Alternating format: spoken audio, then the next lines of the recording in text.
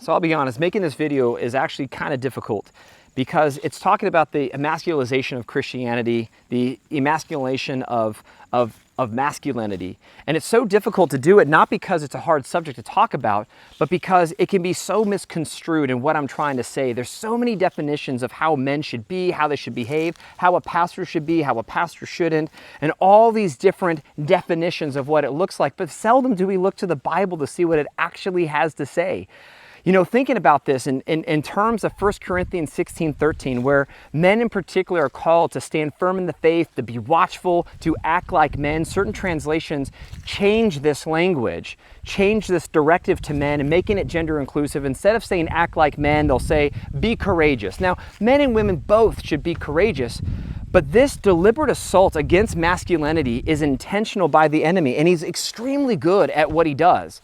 Because when you get men to become emasculated, you get them disinterested, you get them uninvolved in the things that they should be interested and involved in. For example, look at the complacency and apathy generally across Christianity that men are not very engaged in their faith. Well, by and large, that's something I wrestled with as well, that the representation of masculinity in Christianity was rather weak. It was actually kind of repulsive. And I've talked to many men that think to be a Christian means you're going to be extremely weak. Then you've seen the world take masculine qualities but swing the pendulum so far that it becomes chauvinistic. Nowhere does the Bible say that men should be chauvinistic. Rather, they are to protect women and value women and defend and provide and do all these things, serve in a servant leadership position. The Bible even says that a godly wife is the crown unto her husband. There's nowhere does it call for chauvinism whatsoever. In fact, the Bible speaks against chauvinism.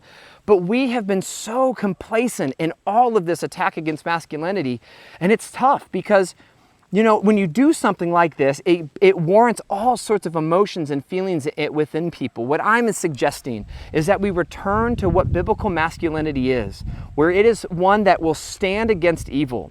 It will stand against unrighteousness. It will stand against injustice. It is taking an intentional role to be involved within their church. They'll look at what Jesus was like, that he coupled courage and compassion.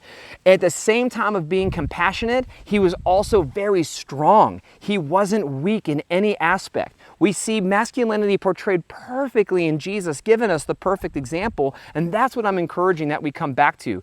We should be involved and engaged at the church, in our families, within our communities, within our nation. Men are called to lead, and this attack against masculinity is intentional by the evil one.